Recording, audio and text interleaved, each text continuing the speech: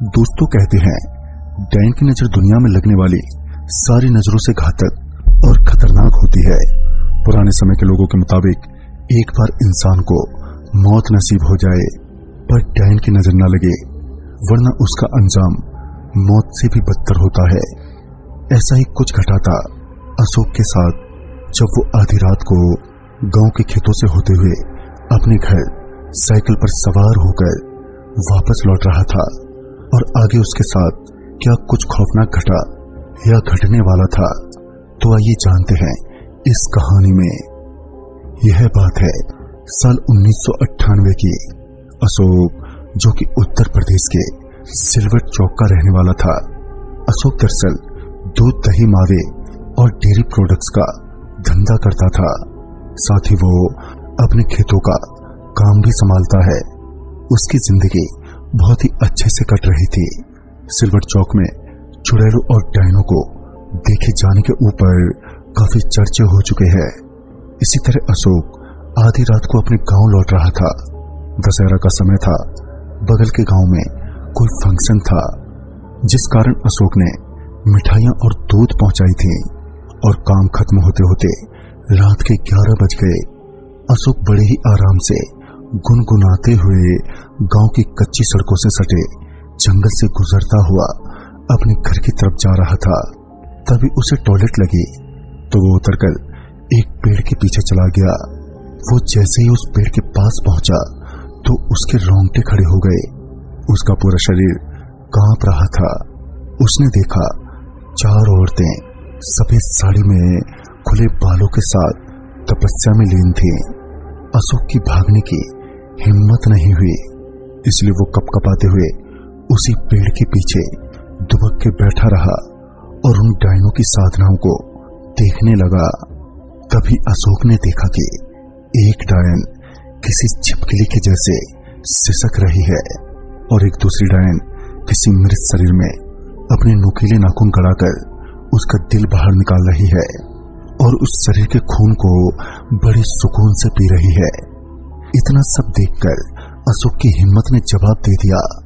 अशोक हड़बड़ाते हुए पीछे गिर पड़ा और इसी आहट से उन डायनों को किसी की उपस्थिति का आभास हो गया। उन डायनों की नजर अशोक पर पड़ी और अशोक ने उसे देखते ही भागना शुरू किया। अशोक का डर से बुरा हाल था। अशोक जंगलों के रास्ते जल्द से जल्द अपने घर पहुंचना चाहता था।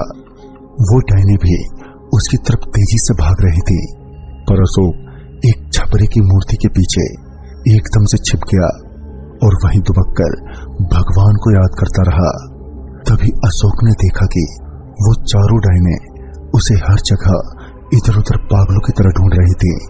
वो डायने कुछ इस तरह से अशोक के पीछे पड़ी थी कि जैसे अगर आज की रात अशोक उनके हाथ लगा तब अशोक सीधा ही भगवान के पास पहुंच जाएगा। वो डायने अगले 1 घंटे तक अशोक को ढूंढती रहीं। अशोक के लिए वो छपरी की मूर्ति बिल्कुल किसी परमात्मा जैसी थी, जिस वजह से अशोक अब तक जिंदा बचा रहा। करीबन 1.5 घंटे बाद अशोक ने गौर किया कि अब किसी भी तरह की कोई हलचल नहीं हो रही है, तो उसने हल्की सी नजर डाली तो पाया कि अब वो सारी डायने वहां से जा चुकी हैं।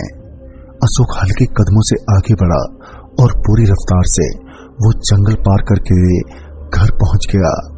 घर पहुंचकर उसकी सांसें थमी हुई थी और वो तेज तेज हाँफ रहा था। घर पर उसने किसी को भी ये बात बताना ठीक नहीं समझा। उसने सोचा कि अब तो वो डायने पीछे रह गई हैं और आज उन डायनों से तो वो बाल बाल बच ही गया है। अब डरने की कोई जरूरत नहीं। पर अभी अशोक को ये अंदाजा कहा था कि डायन तो पीछे छूट गई, पर डायन की नजर उसके साथ ही आ गई है। जब तक अशोक की नजर उन डायनों पर पड़ी तब तक ठीक उन डायनों का अशोक पर नजर पड़ना क्या अशोक की मौत का कारण बनेगा। अब सुबह के 5 बज रहे थे, इसलिए घर से सभी लोग बिस्तर छोड़ चुके थे। अशोक भी बाहर के बरामदे में कुर्सी पर डरा बैठा था। उसकी पत्नी अपने बच्चों के साथ कुछ दिनों के लिए मायके गई हुई थी। ठीक उसी रात अशोक अपने कमरे में गहरी नींद में था। उसे तभी एक डरावना सपना आया जिसमें उसने देखा कि वही 4 डायने उसे अपने दांतों और नाखूनों से नोचे जा रही हैं। अशोक की दिल की धड़कनें बहुत तेज हो गईं। अशोक कांपता हुआ नींद से जाग उठा। उसने बगल में देखा तो एक औरत बड़ी ही गहरी नींद में आराम से सो रही थी। उसने जब उस औरत के चेहरे को देखा तो वो बिस्तर से एकदम से नीचे जा गिरा। उसने देखा कि वो औरत वही डायन थी जिसे उसने बीती रात जंगल में साधना करते हुए देखा था। अशोक के तो अब होश ही उड़ गए थे। तभी अशोक को कोई रस्सी से पीछे की तरफ खींच रहा था और अशोक की जोरदार चीख निकल गई। उसकी चीख इतनी खतरनाक थी कि आसपास के घर वालों की भी नींद खो दे। अशोक के माता पिता और उसके भाई दौड़े दौड़े उसके कमरे में आए। अशोक ऐसी हालत में था जैसे उसे तेज बुखार हो, और उसे था भी अब इतनी रात को भला कौन इलाज करता अशोक का। इसी वजह से अशोक के माता पिता ने उसे पट्टी चढ़ाई और उसे कंबल से ढककर आराम से सुला दिया। अशोक को भी कुछ देर बाद नींद आ गई और अभी रात के 3 बज रहे थे और अशोक की हालत बहुत खराब थी। अशोक गहरी नींद में था। तभी उसका कंबल धीरे धीरे नीचे सरकने लगा और उसके बिस्तर के नीचे हरकतें होने लगी। अशोक की फिर से तुरंत आंख खुल गई और उसने जब बिस्तर के नीचे देखा तो उसे वही डायन मुस्कुराती हुई दिखी। अशोक अब चिल्ला नहीं सकता था, इसलिए वो दबे पांव बाहर आकर बरामदे में बैठ गया और वो अंदर से अब बहुत ज्यादा डर रहा था। उसे बार बार अंदर से कोई आवाज दे रहा था। अशोक सुबह के 5-6 बजे तक वैसे ही बैठा रहा और सुबह जब उसके घर वालों ने उसे देखा तब उसकी तबीयत और भी खराब हो गई थी। तभी तुरंत ही डॉक्टर को बुलाया गया और डॉक्टर ने सब कुछ नॉर्मल बताया और कुछ दवाइयां दी और कहा कि इन्हें आराम करने की जरूरत है। लेकिन अशोक का दिल अब बुरी तरह से कांप रहा था।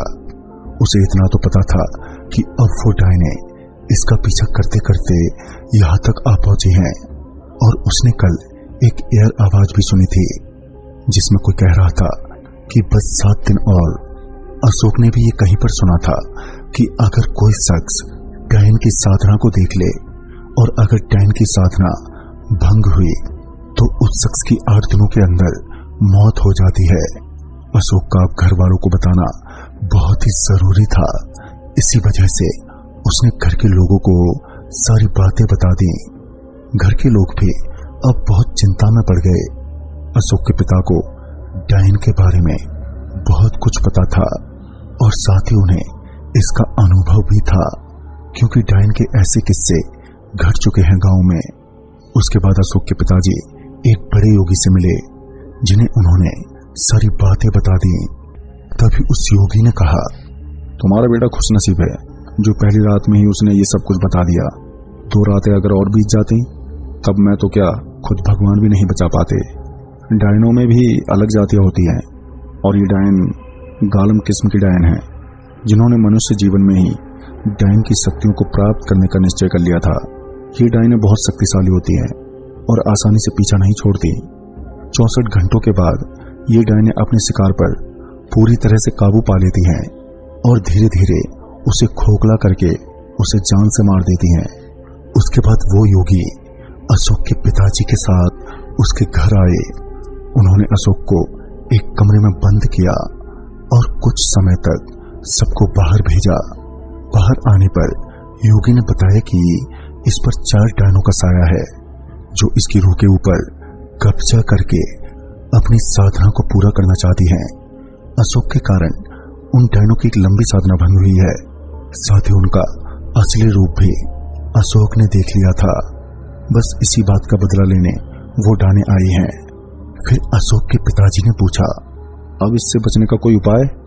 तो इस पर योगी ने बताया कि इन डायनों को वो अकेले काबू में नहीं कर सकते, ये काम सिर्फ तांत्रिक कर सकता है। तभी योगी ने कहा कि आज शाम ढलने से पहले इसे जंगल में ले आना, जहां पर इसने उन डायनों को देखा था। शाम ढलने के बाद इस पर उन डायनों का पूरी तरह से कब्जा हो जाएगा। ठीक शाम ढलने से कुछ समय पहले अशोक के पिताजी और उसका बड़ा भाई अशोक को लेकर जंगल में पहुंच गए। अशोक ने उस जगह को दिखाया जहां उसने उन डायनों की साधना को देखा था। उसी वक्त वो योगी और तांत्रिक दोनों ही वहां पहुंचे। तभी उन्होंने नमक और मरीच के दानों से एक घेरा बनाया जहां पर उन्हें बैठने के लिए कहा। तांत्रिक ने बोला, आज की यह आखिरी विधि ही इसे उन डायनों से आजाद कर सकती है। जिसका दिल कमजोर है वो लौट सकता है वापस। अगर विधि के बीच में कोई भी शख्स इस घेरे को लांग कर भागने की कोशिश की तो ये डायने उनमें समा जाएंगी। सूरज के पूरा ढलने के बाद उस तांत्रिक ने एक मोटी किताब निकाली। उसने किताब के मंत्रों को जोर जोर से पढ़ना शुरू किया और पूरी किताब खत्म होते होते आधी रात हो गई थी। जैसे जैसे रात ढल रही थी वैसे वैसे अशोक की हरकतें भी बदल रही थी। उसे काबू में कर पाना बहुत मुश्किल था। वो इधर उधर उछल रहा था। तांत्रिक ने उसे एक जंजीर से बांध दिया और मंत्रों के उच्चारण के साथ साथ ही उसके ऊपर जल को छिड़का। इसी तरह अशोक के अंदर से 4 अलग अलग आवाजों में चीखें आ रही थीं। अशोक का चेहरा पूरी तरह से लाल हो गया था।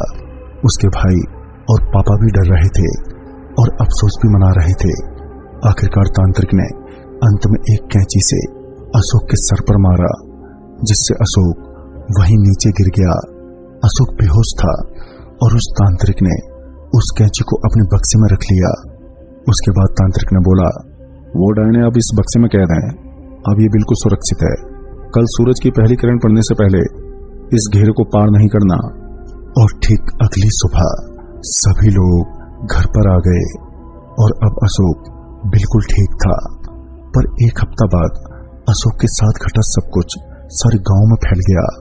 अशोक के ठीक होने के एक हफ्ते बाद ही अशोक अब फिर से सूखने लगा। वो बहुत पतला होने लगा। उसका जगह जगह इलाज करवाया गया पर कुछ फर्क नहीं पड़ा। अशोक धीरे धीरे एकदम सूखता चला गया और करीबन 1 महीने के अंदर ही अशोक की मौत हो गई। अब उसके मौत का कारण उन डायनों की नजर थी या कुछ और, पर अंत में तो अशोक के साथ बुरा ही हुआ। इसलिए कहते हैं जंगल किस्से कहानियों का जिंदा उदाहरण है, जहां से रात को गुजरना मौत की तरफ ले जा सकता है। तो दोस्तों, इस कहानी में